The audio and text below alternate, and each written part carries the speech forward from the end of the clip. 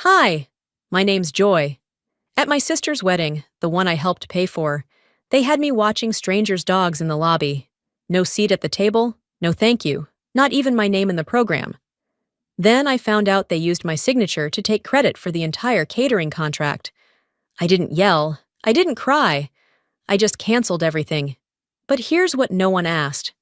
What kind of family edits you out of their story while still spending your money? And what happens when the quiet one finally says no? I pulled up to the venue a few minutes past 3. The heat hadn't quite broken yet, and the Georgia air clung to my skin like a second layer. Spanish moss draped the iron gates like it was performing for a postcard. The estate was beautiful, grand, elegant, exactly the kind of place my sister had always dreamed of. It looked like it belonged to a magazine spread, not a family like ours. No one greeted me when I stepped out of my rental. No valet, no clipboard, not even a glance from the staff. I wasn't expecting a red carpet, but when you footed 70% of the catering bill, you'd think someone would remember your name, or at least offer a glass of water. I smiled at a passing florist, adjusting her clipboard and headset. She didn't look up, so I walked. Alone. Inside, everything smelled like expensive perfume and peonies. I took a slow breath, not because I needed one, but because I felt the tension sitting tight between my collarbone and jaw. I knew what was coming. I just hadn't expected it to be this blatant. Near the check-in table, a young woman with a headset looked up. Name? Joy, I said. She paused, tapped something on her iPad, tilted her head. Sorry, Joy? I nodded, slow and deliberate. Oh, I think you're listed under lobby guest coordination. Right this way. No further explanation, no raised brow, no apology, just the click of her heels against polished tile as I followed her down a hallway and into what looked like a glorified waiting area. There were kennels, leashes, a water bowl with a paw print sticker. You'll be helping monitor the guest dogs today, she said, already halfway back down the hall. I stood there, stunned. Before I could say a word, someone handed me a leash. A Yorkie, panting in a rhinestone harness, wagged its tail at me. Marcy said you're great with animals, the guest beamed. So sweet of you to do this. Sweet. The word rattled in my ribs like a loose screw. I turned and saw Marceline, my sister, gliding across the marble. She looked like a bridal catalog cover. Tight curls pinned back just enough, high neckline, diamond studs that probably weren't rented. She called out, loud enough for anyone within 50 feet to hear. Joy, can you hold down the fort here? I'm swamped with seating stuff. I didn't answer. What was the point? There it was. In one sentence, one performance, she turned me from the sister who helped fund her wedding into the woman who watched dogs. By sunset, I had a full set. A golden retriever with anxiety. A pug that wheezed when anyone walked by. 2 mutts who barked at their own reflections. Not once did someone ask why I was in the lobby. Not once did anyone say thank you. When dinner was announced, I peeked through the glass. Long white tables, hanging candles, laughter bouncing off every surface. I looked down at my dress, slate blue silk, chosen to match the wedding palette. It was now marked with paw prints and dried slobber.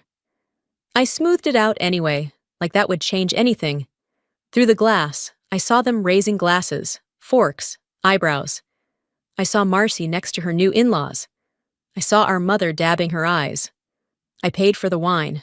I paid for the flowers. I paid for the chairs they were sitting in, but I wasn't invited to sit down. A staff member brought me a boxed meal, cold chicken breast and 2 limp asparagus stalks. The box said, vendor, dietary, none. I opened it slowly, hands steady, face blank. A man in a beige suit leaned over and whispered, You're doing a fantastic job. What company are you with? I forced a smile. Inside, something gave way. Not loudly, not all at once, but like ice cracking underfoot. Slow, steady, inevitable. They didn't forget me. They made a choice. And I was going to make one too.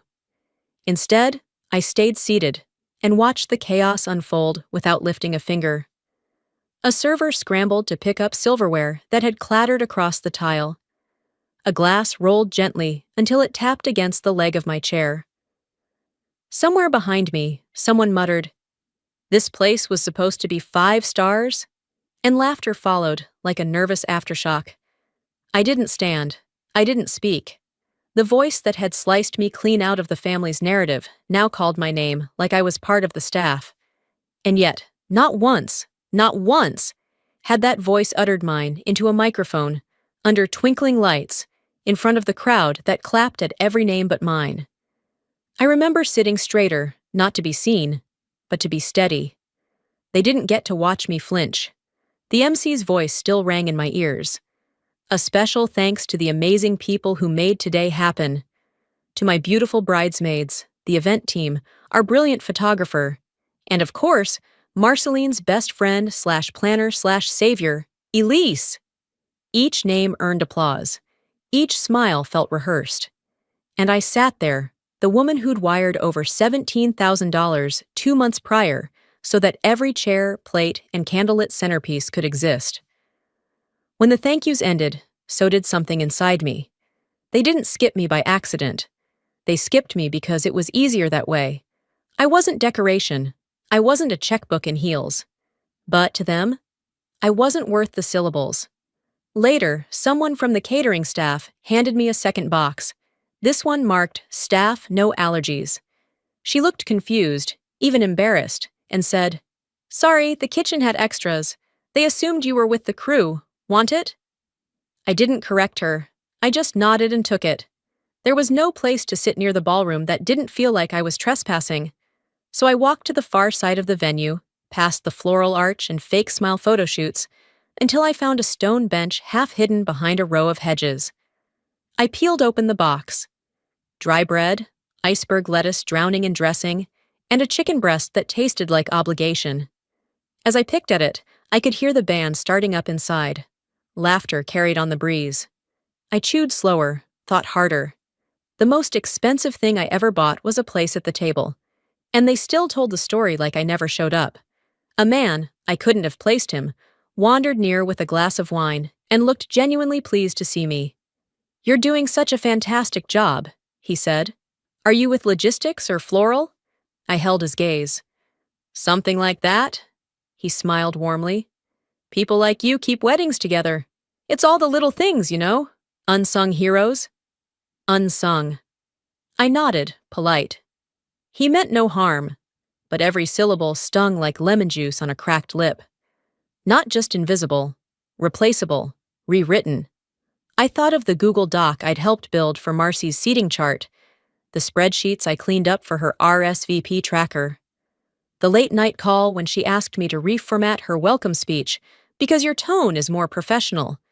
And yet, here I was, eating behind hedges with a boxed salad and a nameless badge in everyone's mind. They were writing a story I wasn't in. Worse, they gave my lines to someone else. From across the lawn, I could hear my sister laughing. Real, full laughter, the kind she used when she knew eyes were on her. I didn't move. I didn't raise my voice or stomp or cry. I calculated. A woman once told me, if they won't give you a seat at the table, bring your own folding chair. But maybe you don't need the table at all. Maybe you just need to own what you brought.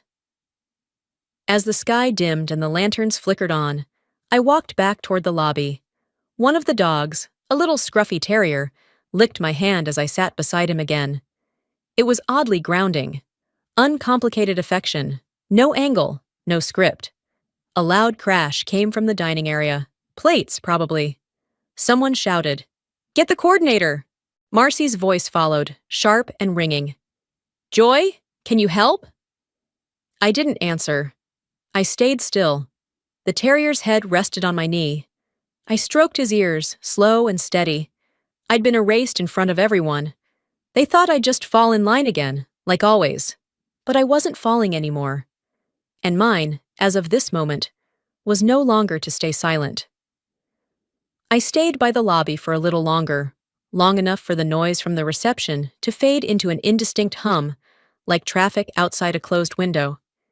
Then, when the last song of the evening faded into polite applause, and forks clinked against empty dessert plates, I slipped out the side gate toward the guest rooms. No one noticed. That part didn't surprise me. Back in my suite, I kicked off my shoes and sat on the edge of the bed. My phone buzzed twice.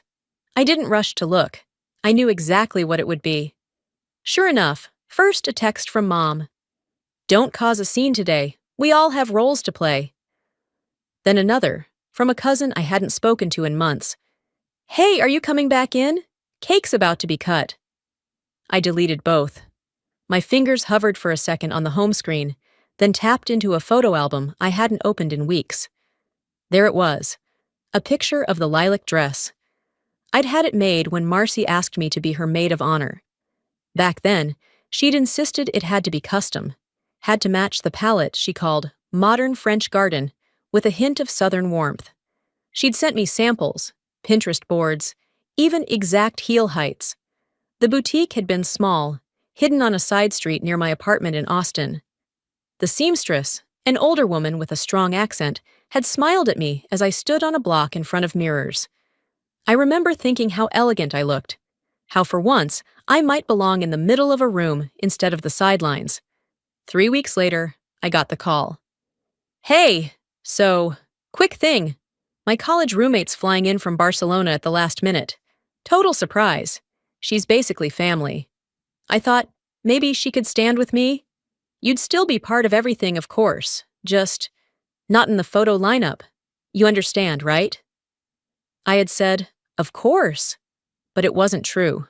I didn't understand. I didn't agree. I didn't even believe her.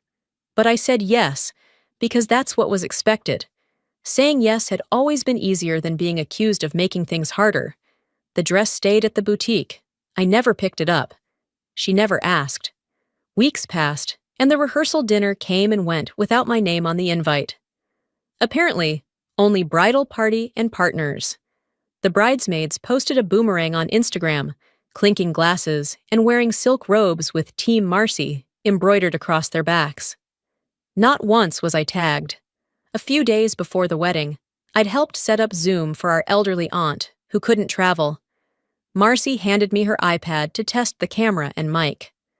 While adjusting settings, I noticed a chat tab blinking. I didn't mean to click it. It just happened. The thread was titled Wedding Brain Trust. And there it was, scrolling back a few messages. "Let's not include Joy on this. She always gets emotional." "Yeah, she'll turn it into a thing, again." "We just want this weekend to be peaceful. Don't poke the bear." I sat there holding the iPad, hands oddly calm, eyes blinking slower than usual. I wasn't even angry in that moment, just hollow. That thread confirmed what I hadn't let myself name for years. I wasn't the complicated one. I wasn't a problem. I was simply inconvenient to their narrative. They didn't push me out once. They never made room. And once you realize you've been orbiting a family that never fully let you in, something shifts. You stop begging to land. You just drift, on purpose. I remembered being 19, missing Thanksgiving because of a paper deadline, and waiting all night for someone to call and ask if I was okay. No one did. When I brought it up later, Mom said, "We assumed you were busy. We didn't want to bother you." They always found a way to make the absence mine to carry. People like me. We build stories in our heads to survive the silence. We tell ourselves maybe they just forgot. Maybe they were tired. Maybe they didn't mean it. Because that's easier than admitting you were never really part of the plan. Lying in bed now, with the soft glow of a lamp and the hum of a far-off elevator, I pulled out a notebook I kept in my travel bag. No frills, just lined pages and a black cover. I opened to a blank page and wrote, "They never pushed me out. They left the door cracked and told me I was the one who refused to walk in." The pen felt heavier in my hand than usual. Somewhere, probably back in the ballroom, they were raising flutes of champagne, toasting love, laughter, and the edited version of family they'd chosen to believe in.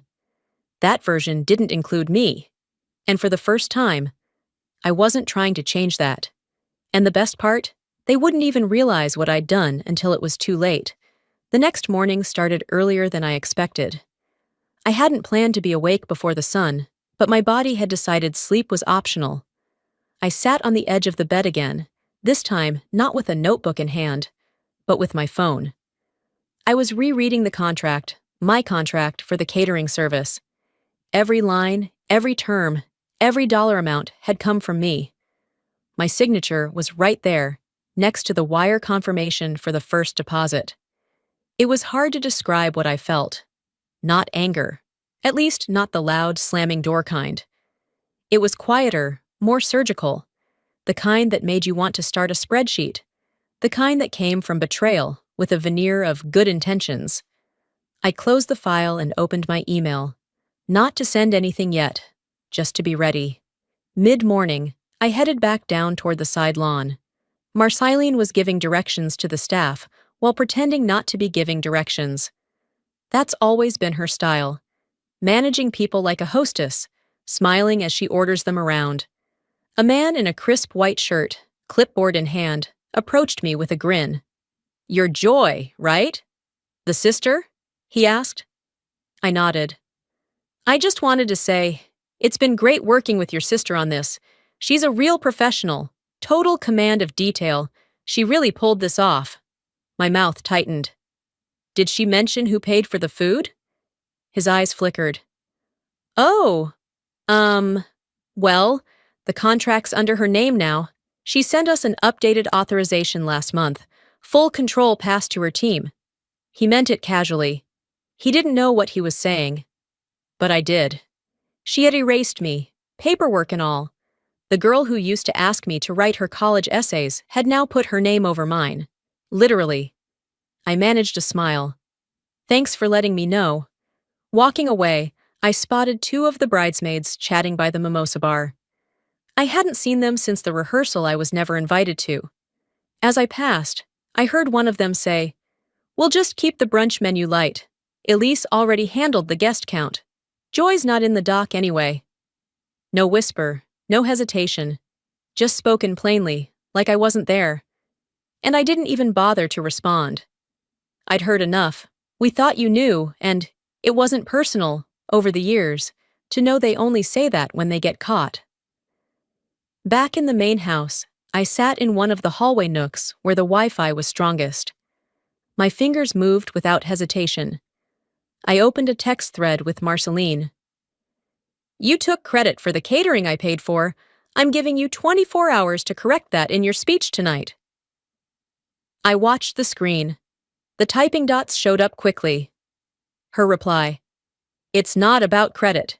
Don't ruin this weekend over something so small." So small. Right. The next few minutes passed in a kind of cold clarity.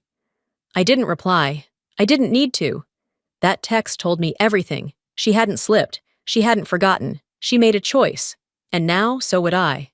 I closed the thread, leaned back, and opened the contract file again, scrolling to the clause on non-disclosure, on breach of agreement, on primary authority. I highlighted 3 lines and copied them into a new draft. I knew exactly what I was going to do. And it wasn't about vengeance. It was about math. I had made a transaction. They had defaulted. As I was finishing, my phone vibrated again. Another message. This one from my mother. "Let's keep peace, okay? You're family. No need for drama." Drama. That word again. The favorite label of people who hurt you quietly and then ask you to bleed quietly too.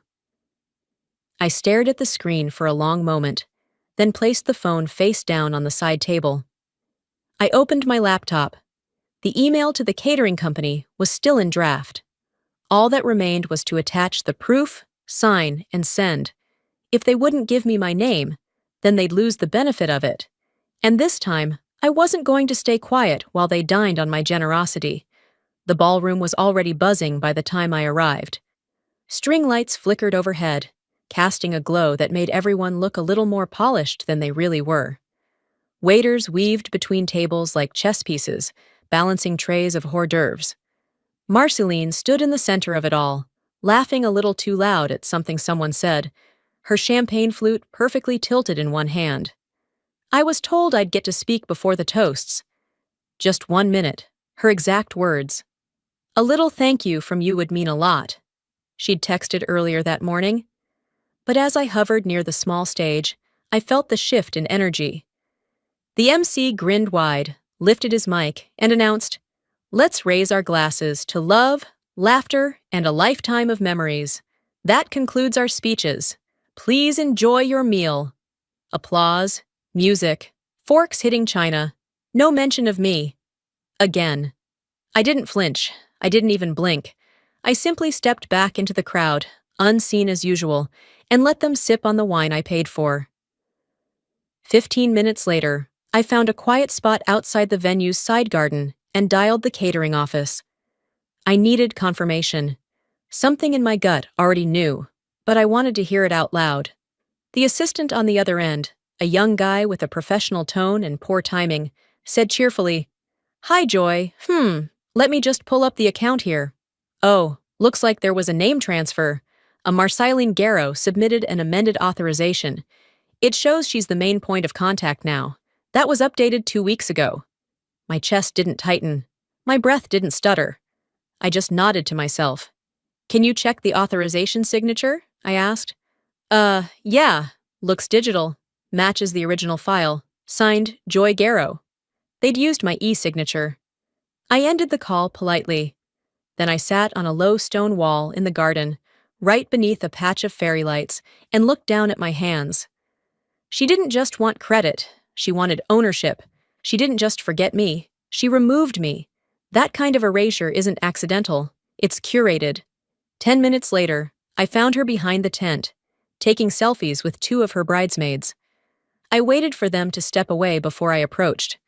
She didn't even seem surprised to see me. "You look tired," she said, not kindly, just observational, like she was checking off a box. "You changed the billing," I said, "and you cut me from the program." Her eyes rolled. Actually rolled. "Joy, it's a wedding, not a court deposition. Don't start." "I'm not starting anything," I said evenly. "I'm finishing it." She let out a laugh, dry, mocking. "Come on, you're really gonna make a thing out of this?" "This isn't a thing," I said. "It's theft, and I have every record to prove it. I gave you the opportunity to make it right, quietly. You chose not to." She folded her arms. "It's not that deep. You're making it dramatic." I stepped closer, not aggressive, just close enough that she'd feel the difference between me and the version of me she thought still existed. "This isn't drama. This is documentation." Her lips parted slightly, but no words came out. For once, she looked unsure. Then one of her bridesmaids called her name, and like flipping a switch, she pasted on a smile and walked away, arm in arm with someone who thought she was lovely. Back inside the reception, people were laughing, music was climbing toward its crescendo, and the smell of garlic and rosemary filled the air. I sat down at an empty corner table and opened my phone. The contract file blinked up at me like an old friend. My name was still there, legal, dated, undeniable. In a separate email draft, I attached the original agreement, the payment receipts, and the email trail that traced every decision back to me. Subject line, Notice of Service Withdrawal. Immediate. I paused for one breath, then hit send. Let them enjoy the first course. It would be their last with my name attached. And when the silence hit their pockets, suddenly my voice mattered. The next course didn't arrive on time. At first, it was subtle. A few guests looked around, wondering why the carving station sat unmanned. Then whispers started floating from table to table. "Where's the staff? Did someone forget the pasta?" One woman flagged down a passing server and asked about the missing entree options. He smiled awkwardly, then disappeared into the kitchen. I kept my seat, eyes forward, lips pressed. Then came the moment I'd anticipated. Right on cue. Across the room, Marceline stood near the head table, adjusting her veil and laughing a little louder than necessary. But her smile faltered when she noticed the confused expressions rippling through the guests. A man, likely the father of the groom, turned to her with a raised brow. "What's going on with the food? The service just stopped." She blinked, then looked around. I saw it then, her realizing something was off. But she didn't connect the dots yet.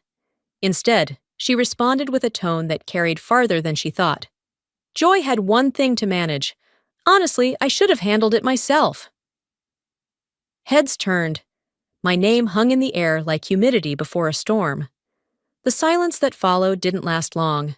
Someone near the back table gave a light chuckle. Others just looked at me, some puzzled, some curious. I didn't flinch. It wasn't just the public blame that stung. It was the casual way she tossed it, as if my only value was the job she'd reassigned me. As if my existence in this entire event was tied to one obligation, and failing, that meant I failed entirely. But I didn't respond. Not yet. Instead, I stood and slipped out through the nearest side door, heels muted against the stone pathway as I made my way to the garden. The air outside felt thicker, but at least it wasn't full of manufactured smiles and champagne breath. Once out of sight, I pulled out my phone.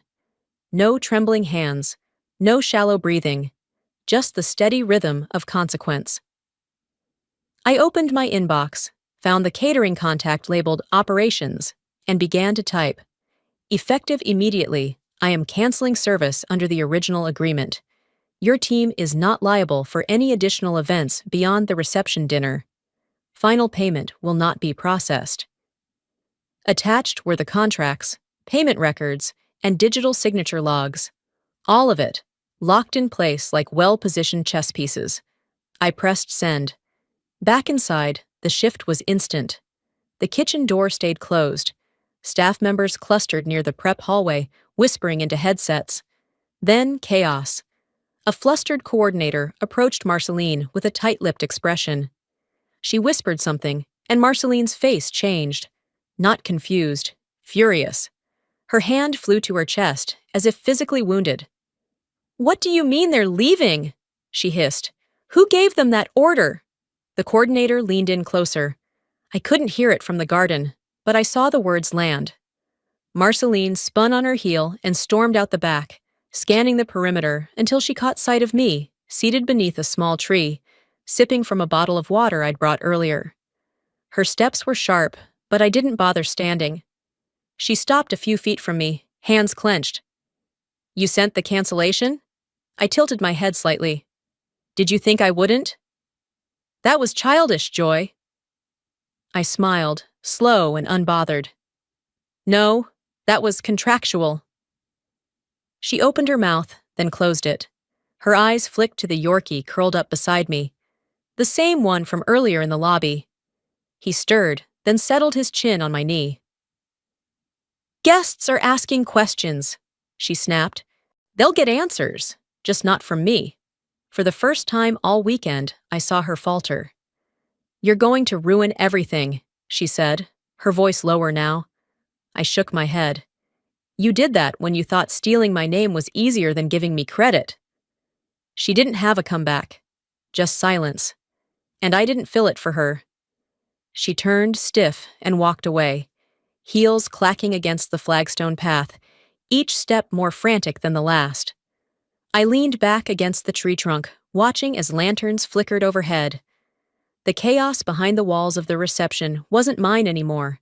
It belonged to the ones who built it without me, who edited me out like I was an inconvenience. The Yorkie nudged my hand again. I patted his head gently. "You don't owe anyone anything just because you're quiet," I murmured to him, though it was just as much for me. For the first time that day, I smiled, and meant it. I had the truth, and the receipts to back it up. I woke the next morning to the muffled sound of polite chaos. Voices outside the suite echoed through the hallway, tight, sharp, clipped in that particular tone people use when trying not to panic in formal clothes. For a moment, I let myself stay still. The sheets around me were tangled, and the pillow smelled like hairspray and hotel detergent. The Yorkie, now familiar, curled in a warm circle on the armchair by the window. Even he looked exhausted by it all. Eventually, I sat up, reached for my phone, and checked my email. The confirmation from the catering company had come through. Service terminated. Contract voided. Final payment revoked. No need for drama, just facts. By the time I made my way downstairs, the lobby was buzzing. I heard my name, or rather, a version of it, before I saw her. Joy had one responsibility, Marceline hissed to the planner, her jaw tight and shoulders squared. And now there's no brunch? What the hell am I supposed to tell everyone? The planner held up both hands. We only followed the legal order. It came with documentation. I don't care what it came with. Fix it. Her words stabbed the air with the same elegance as her French manicure. But the food never arrived, not a single plate. The courtyard had been set beautifully. White linen cloths, mason jars of wildflowers, monogrammed menus with "Love is served," embossed in gold. Only there was no food to match the message. Guests milled around with coffee and awkward conversation. One couple had clearly just realized their flight wouldn't wait forever. I kept my distance. A few bridesmaids avoided my gaze. One offered a tight smile, the kind you give when you're not sure whose side you're on yet. It wasn't until I returned to my room that I saw it. Another text. From my mother. What you're doing is childish. You're humiliating us. Family reputation is more important than your pride. I stared at those words longer than I should have. Childish. Pride. Reputation. I could hear her voice in my head, saying the same thing when I cried at a birthday party I wasn't invited to, when I stayed quiet about being left out of Christmas plans, when I asked why no one came to my college graduation. They never used fists. They used language and expectation. I typed back, "You taught me not to raise my voice, so I pulled the plug instead." I didn't wait for a reply. I packed my things slowly, deliberately, folded my dress, zipped my shoes into the bottom pouch of my luggage, slipped the hotel key card into the side pocket of my purse. Then, just before heading out, I stopped by the front desk. "Hi," I said. "Room 306, Joy Garrow, checking out." The concierge tapped a few keys, then frowned slightly. Sorry, ma'am. I'm not seeing your name under the wedding party. Are you with the vendor group?" I blinked. "Excuse me?" She smiled kindly, assuming this was a mix-up. "The bridal suite submitted a revised list this morning. Your name isn't listed, so I'm just trying to place where your charges fall." My stomach didn't drop. It calcified. They didn't just want to ignore me. They wanted me erased. "I'm not with the vendor group," I said calmly. "But thank you." Outside, I stood on the hotel steps, suitcase in hand, letting the sun hit my face for a beat longer than necessary. It was already warm, too warm for wool or pretending. I looked at my reflection in the glass doors. They took my seat. Then they took my name. And now, they'd tried to take my existence. But I was still standing, still breathing, still here. I pulled out my phone, not to scroll, not to complain, but to act. I opened a group contact folder I hadn't touched in years. College friends who now worked in law, nonprofit boards, event equity. I tapped 3 names, then 5, then 7. This wasn't about brunch anymore. This wasn't even about me. It was about how easily stories like mine got deleted in real time by people who smiled while they did it. If they can rewrite history, I whispered to my reflection, I can rewrite legacy. I tucked my phone away, stepped down onto the sidewalk, and kept walking. And some echoes don't fade. They transform. By midday, I was back near the venue, not because I needed to be there, but because I chose to be. Not to witness anything, but to finish what I started. The chaos had quieted into something more dangerous. Speculation. Not from the family, of course. They were still spinning, trying to locate the leak. But the internet had already done what it always does best: dig, connect, and devour.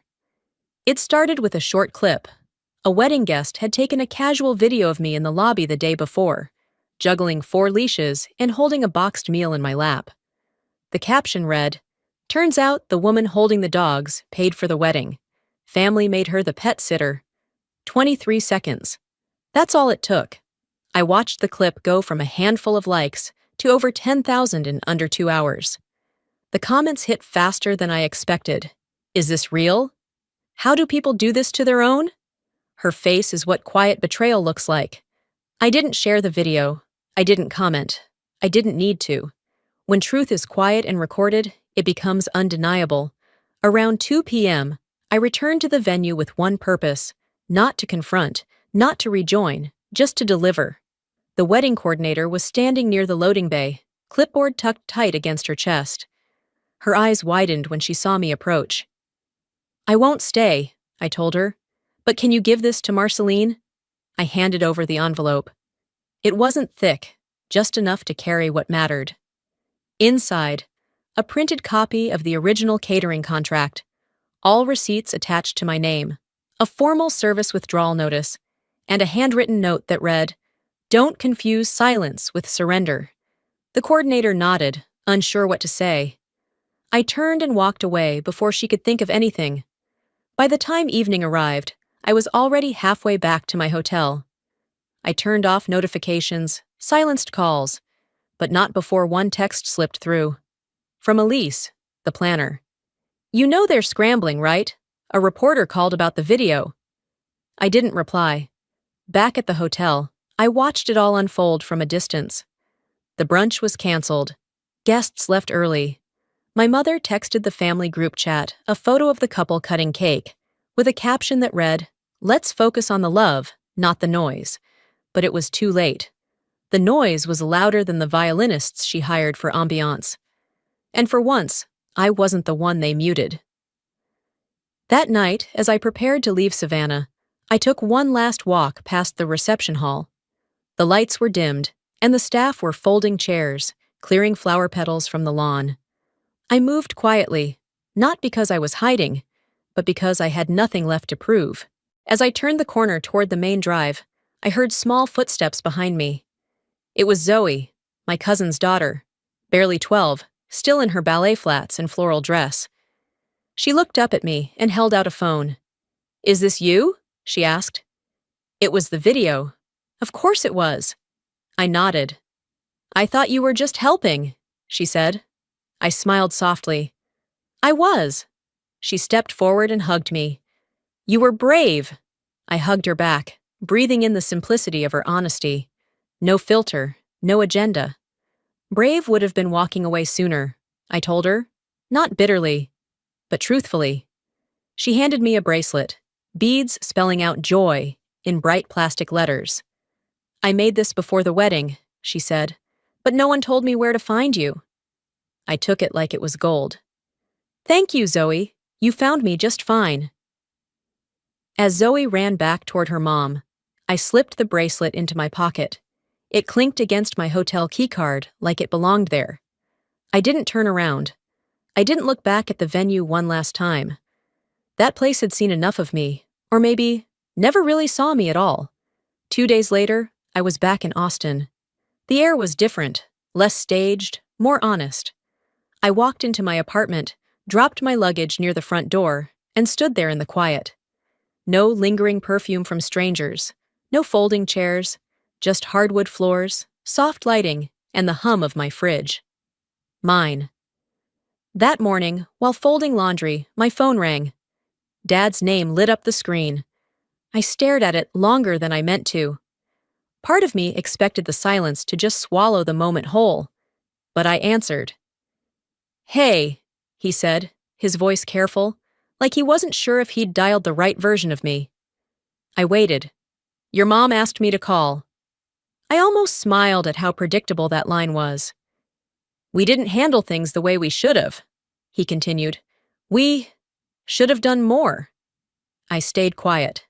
He added, "You were right, but you should have said something earlier." My voice came out steady. "I've said it for years. You just didn't listen." He didn't argue, didn't push back. There was a pause, and then he mumbled something about taking care of himself, said goodbye, and hung up. That call wasn't for me. It was for them, and I didn't feel better. But I didn't feel responsible either, and that was new. Later that afternoon, I opened my laptop and logged into a platform I used for work, part messaging hub, part scheduling. I needed something normal, something that wasn't tied to flower arrangements or name tags. While waiting for files to sync, I scrolled through social media just out of habit. And that's when I saw it. Family, wedding weekend. That was the caption, posted by Marceline. Same photo style as always, white vignette filter, curated smiles. Mom, dad, the new in-laws, bridesmaids. Even the Yorkie was there. Except me. At first glance, it looked like I'd just stepped out of frame. But then I saw the shoulder seam. Mine. Cropped. Clean. Intentional. I didn't zoom in. I didn't save it. I didn't send it to anyone. Instead, I powered off the phone and placed it upside down on the counter. They could crop me from pictures, but not from memory. Not from facts. And certainly not from the truth I now owned in full. The next morning, I sat by my desk, cleaning out my inbox. I deleted over 200 unread wedding emails, vendor quotes, music preferences, seating charts. It felt like erasing chalk from a board that no one else had ever written on. A friend called during my second coffee. "You didn't leak the video to press, right?" she asked, her voice part curious, part admiring. "No," I said gently. "Didn't need to." There was a pause and she laughed. "Classy." My coworker popped her head into the room. 10 minutes to pitch. "Got it," I said. I stood, smoothed my shirt, checked my lipstick in the darkened laptop screen, and grabbed my notes. I belonged here. After the call, with the meeting wrapped and my adrenaline finally settling, I opened a journal app I hadn't touched in months. There it was. An unsent letter. Addressed to Marceline. I clicked it open. "You erased me, but I won't spend my life trying to write myself back in." I hovered over the delete button, then clicked it. She didn't deserve the weight of my words, not anymore. Maybe she never did. I stood, walked to the window, and opened it. The wind outside smelled like jasmine and something warmer, like relief. I wasn't healed, not entirely, but I was whole, and that was enough. I was never too sensitive. I was just too silent, until silence became my strongest voice.